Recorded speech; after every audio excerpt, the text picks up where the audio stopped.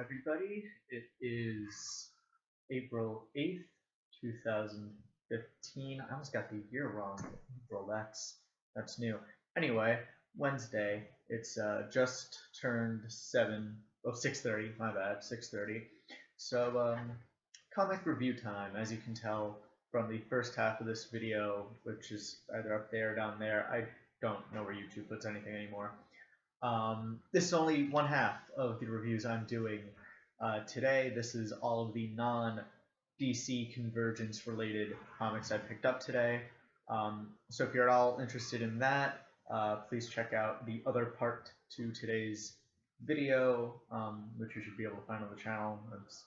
Anyway, but if you want to hear about comics that don't have to do with Convergence, then you're in the right place. So, starting off with Marceline, Adrift, part 4 of 6, right? Yeah, part 4 of 6, got that right.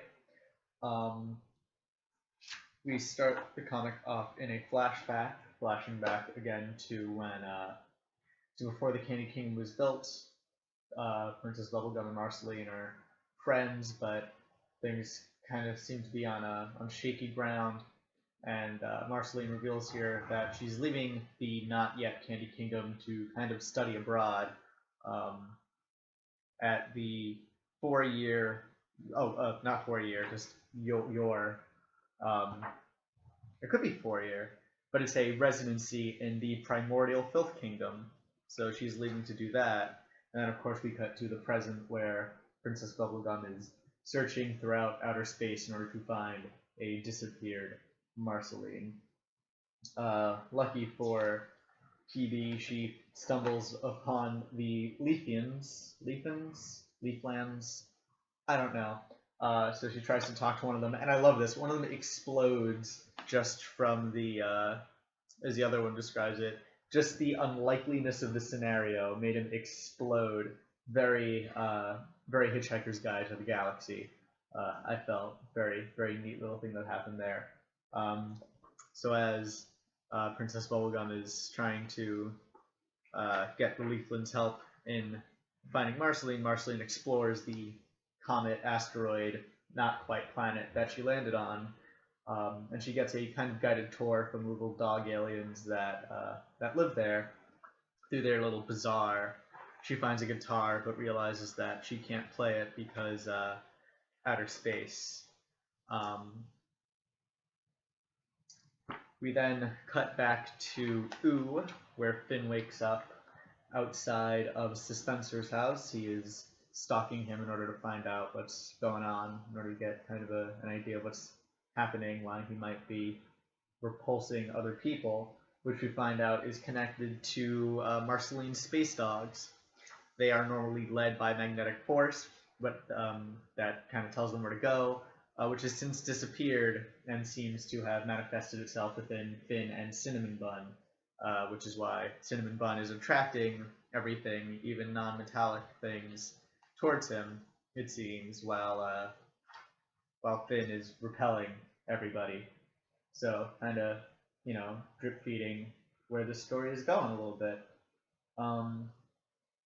We then cut back to PB and Marceline. We have more of the flashback where it seems that their friendship is really on rocky terrain.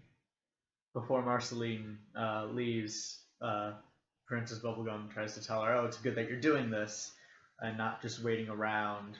And then Marceline says, "For her." So obviously hinting at deeper than just a friendship, maybe a best friendship. Of course, the people-Marceline relationship has been a thing in the Adventure Time fandom for a while now, so maybe they're giving that a more substantial tease.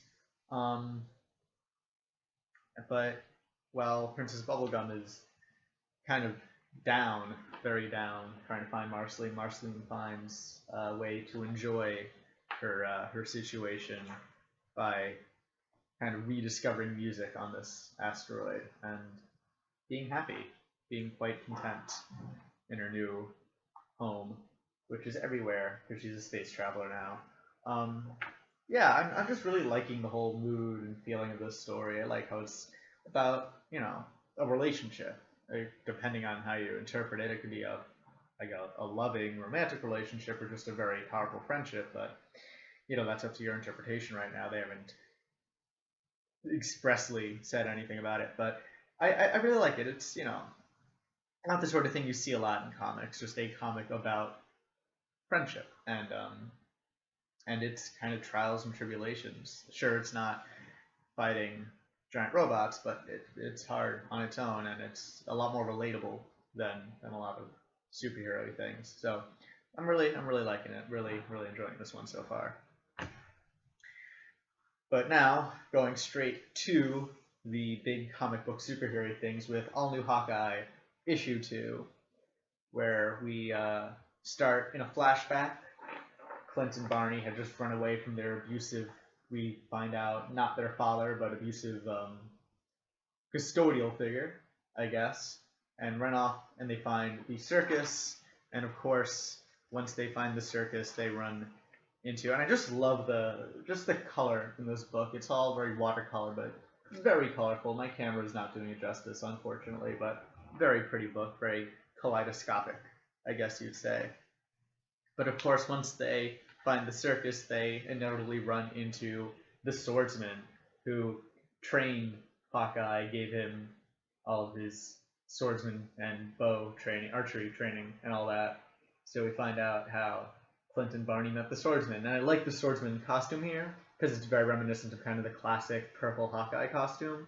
Kind of that's where he gets it, we suppose. We then cut to the present where Kate and Clint are on a secret mission trying to retrieve a super weapon from Hydra. In the last issue, Kate discovered that the super weapon was children, and Kate immediately goes into, I guess superhero rescue the children mode, which is very understandable. But we find out that the children are actually quite dangerous. They are, after all, still super weapons. And Clint is affected by the super weapon because it's some sort of psychic blast, I guess. Tries to communicate with Kate and gets his earpiece knocked out, rendering him deaf. And I like what they do. It's very video gamey, this transition, but as he gets hit in the back of the head, as he loses his hearing, the world becomes black and white. Very video gamey, but it's a neat effect. Just really shows, okay, you're losing something here, or Clint rather is losing something here by being, rendered deaf. We cut back to the flashback, and of course cut back and forth between the flashback and the present. Clint and Kate eventually meet back up. They rendezvous with the kids, rescue the kids, bring them back, or at least bring them out of the Hydra base. Meanwhile, the swordsman basically adopts Clint and Barney, brings them into the circus. Kind of a foregone conclusion if you know the Hawkeye origin story, which they're retelling in this. And we also find out how Hawkeye gets his name, which is it's actually really arbitrary. He's helping fix a truck or something, and he finds one of the Carney's knives, which fell out of his pocket or something.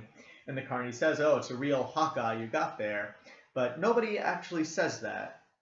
The expression is eagle-eyed. At least I've heard it as eagle-eyed my entire life. I've never heard someone be Hawkeyed before. It just seems really awkward to place that in there like that. You could have, I get why they do that, because this is the origin story thing and everything's all connected and everything, but it just seems awkward when the expression I've heard my entire life is Eagle Eye and not Hawkeye. But I guess then it wouldn't fit, because then you'd be Eagle Eye and that's not the name of the book. But yeah, this issue ends with Clint and Kate rescuing the children, Clint and Barney in the flashback joining the circus, and there's still 3 more issues left in this arc. It seems like it wrapped up pretty well itself in these 2 issues. I don't know what they're going to do in the next 3, but I am liking this book.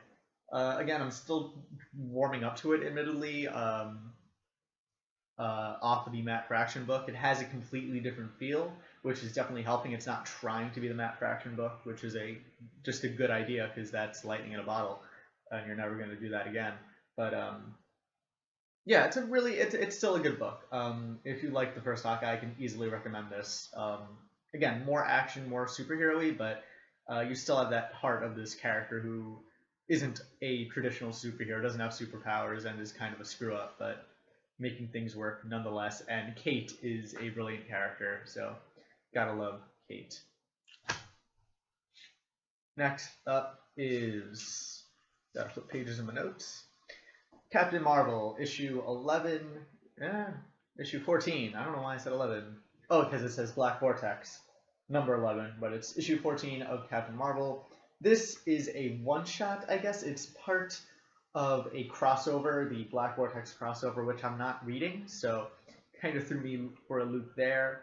And they do a good job. They do a good enough job recapping things on the first pages here.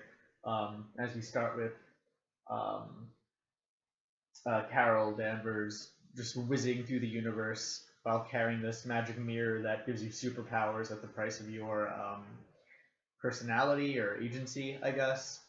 And that's the basic setup. Captain Marvel is being chased by a whole bunch of kind of Black Mirror, cosmically boosted superheroes who are now villains who just want more power. You know, absolute power corrupts absolutely, sort of dealio. So she's being chased because she holds the magic MacGuffin, and she gets chased, she gets cornered.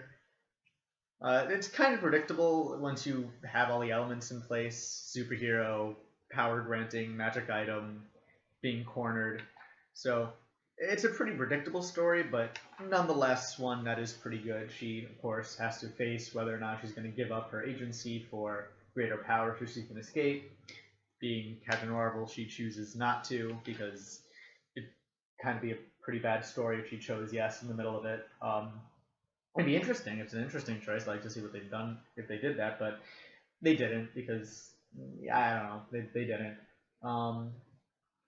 But yeah, as kind of out of nowhere as the story was to me, and I'm probably not going to pick up the rest of the Black Vortex story, I enjoyed it nonetheless. It was an enjoyable, quick little chase cornered comeback story. Just very well done, you know.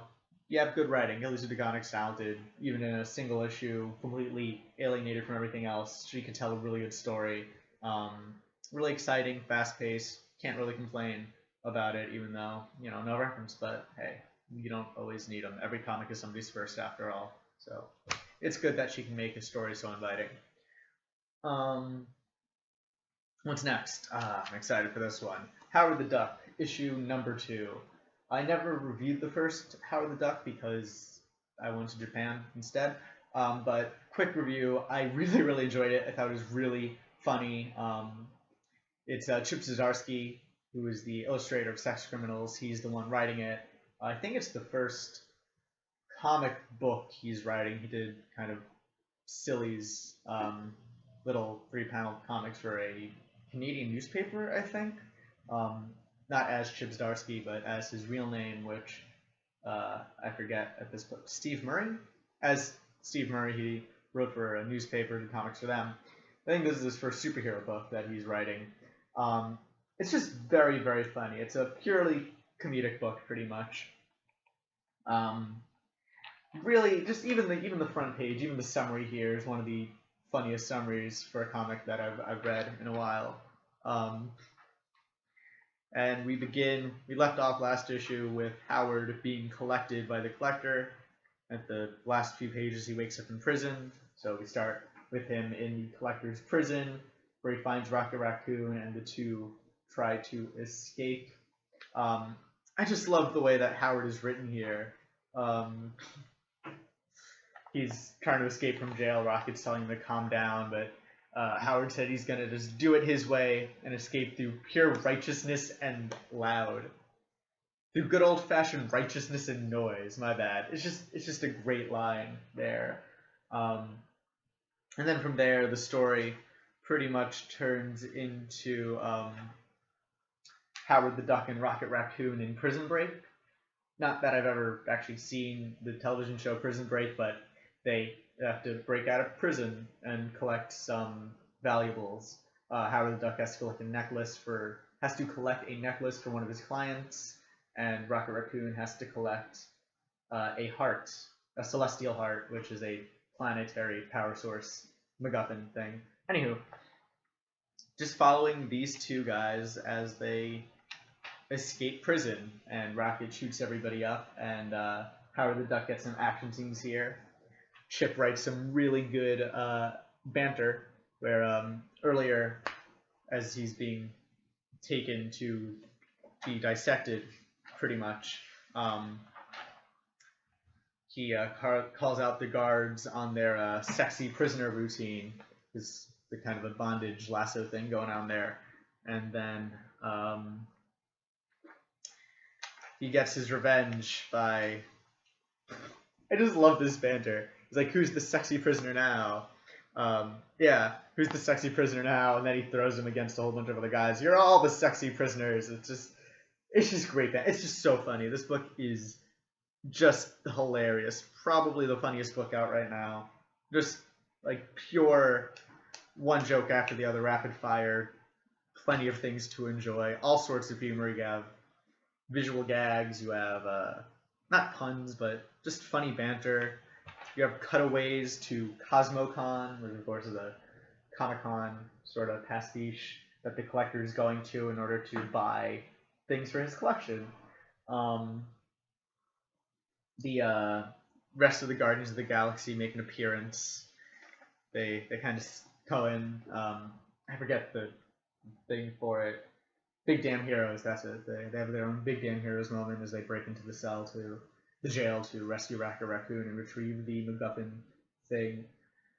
And then as they leave, as they escape the prison, Howard the Duck, they free all the prisoners, but Howard the Duck has a surprising moral center as he feels really bad, really remorseful about leaving the prisoners behind, not taking them all with him, which is deep for Howard the Duck.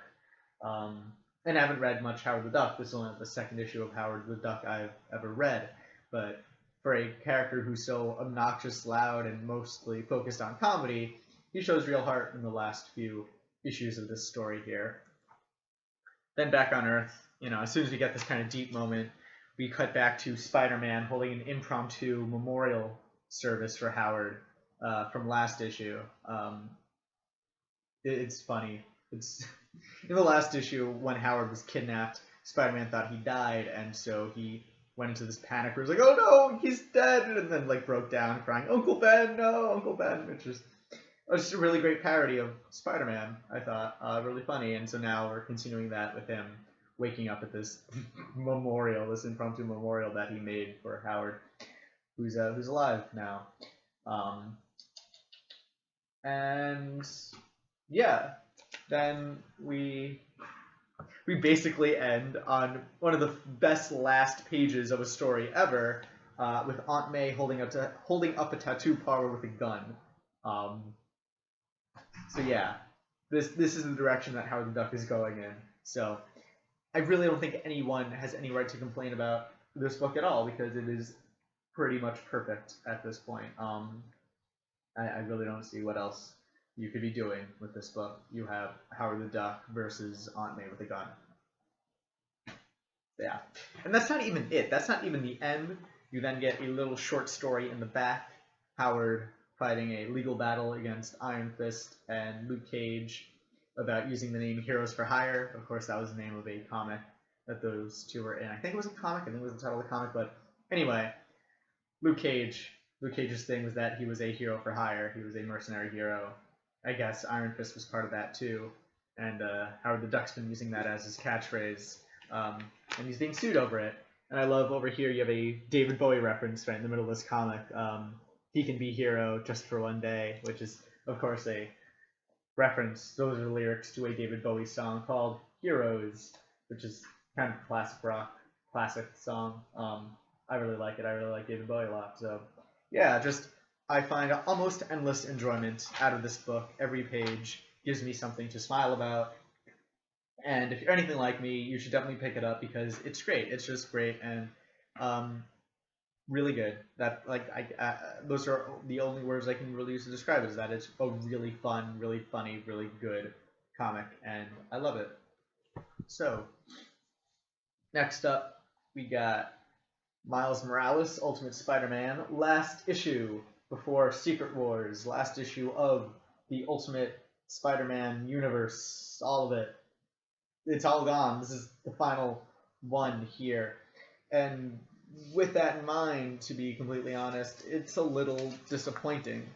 I mean, we wrap up the story well enough. We wake up with Miles trapped by Doctor Doom, and we see him escape, being trapped by Doctor Doom. He discovers a new power, which seems to be just...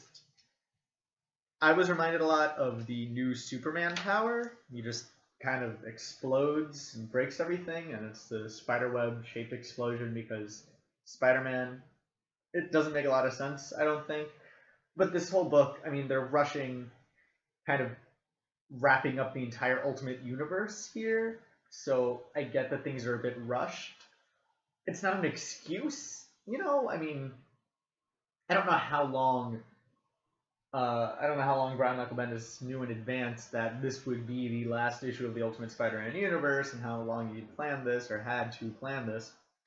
But you're basically ending not only this arc, I mean, they're ending this arc in a single issue, and it feels like there was a lot more building up to it, and it really should play out over a longer thing than just Miles discovers a new power and then beats everybody up, which is what happens. Yeah, like it's even referenced that like we don't even see it.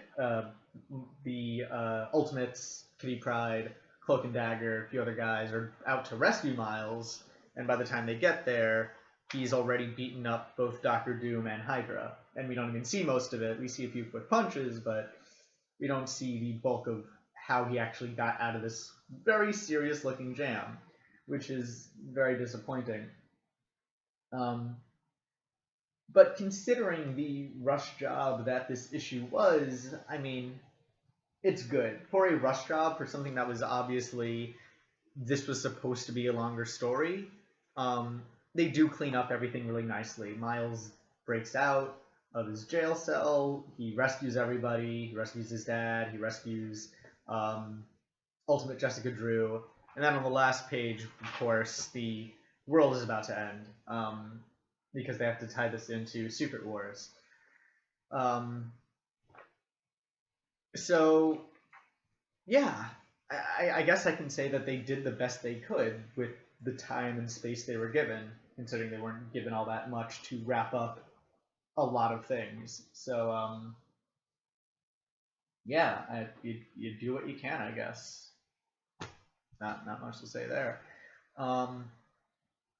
Only 2 more books in this part of the video. Not starting, but with Saga, issue 27. I like how they write it out. I don't have to look for a number in the corner somewhere. I can just see 27, and it's written out, so I can't make a mistake. We start this book off with, well, I can't really show any of the panels. It is awkward pregnancy sex. And it's really well written, very human, but I can't show you any of it because YouTube and nudity and all that, and I don't want to risk it. I mean, I would if I was completely sure I would not get in trouble for it, but I don't know. But we find out that this isn't a flashback; it is a bad trip. In the last issue, Marco had some fadeaway in order to try and relax, I guess. And we find out that he's overdosing on fadeaway, risk of dying. So while he's having a bad trip, going deeper into his memories, Prince Robot and gang are trying to prevent him from dying and overdosing and dying. So That's where most of the story is. We flash backwards through Marco's memory. We see the war. I think this is actually the first time we see Marco fighting in the war, and we're given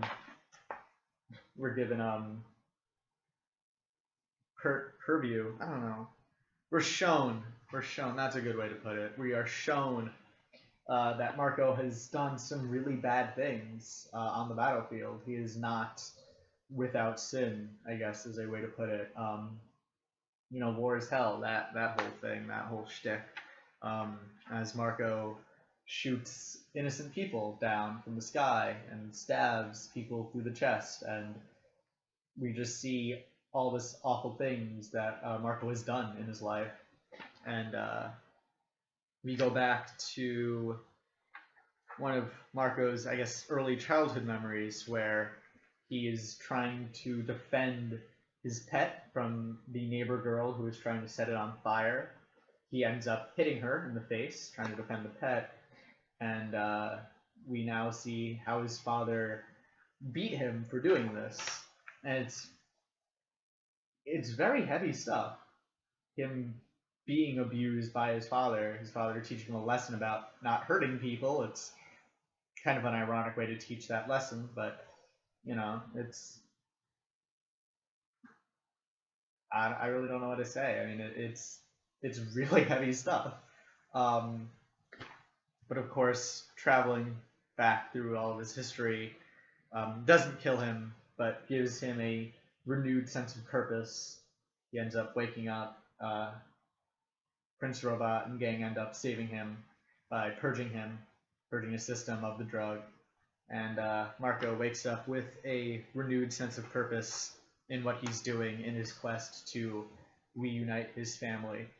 This is, in scope, a much smaller issue of Saga than we have usually gotten. Most of it does take place in one guy's head as he's tripping balls, but again, nonetheless affecting as your usual issue of Saga. Every issue knows how to punch you right in the chest. This one, again, no different than any of the others, even in this smaller, way more concentrated scale, or scope rather, than we usually get in this book. And so far, every single issue is just really good. Every single issue delivers something that makes you just feel either very happy and overjoyed that the characters are triumphing over something, or more often sad that they aren't perfect. And that's, I guess, like the greatest tragedy of all cliche, that these characters they're not human, but they are flawed, they are imperfect, they are human-ish in their behavior, dealing with otherworldly circumstances, and the book is just really good at delivering all that pathos. So yeah, just wow. Again, if you're not reading Saga, you have 27 issues to catch up on. Simple as that. You just gotta read this book because it's really great, especially if you have feelings.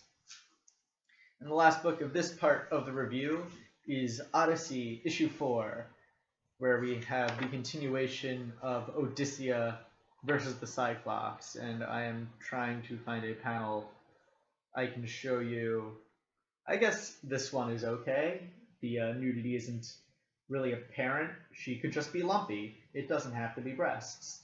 But basically, just like the original Ody-C, Odysseus and crew bring down the Cyclops first with wine, which poisons it, and then by stabbing it in the eye. But what's really badass is that just the way they show this whole process, Odysseus orders her crew to start gathering the bones of everybody that the Cyclops has eaten, and then they use that bones to fashion ladders. They are climbing up from the pit using the bones of their fallen comrades as ladders. That is some hardcore fucking heavy metal shit right there. That is just concentrated badassery. And then, of course, you have the point where Odysseus just stabs the ever-living fuck out of the Cyclops' eye. And it's gory and beautiful and just what a lovely book this is. What a lovely, gruesome, grotesque, awesome, colorful, lovely book this is. The art is out there. It is something else.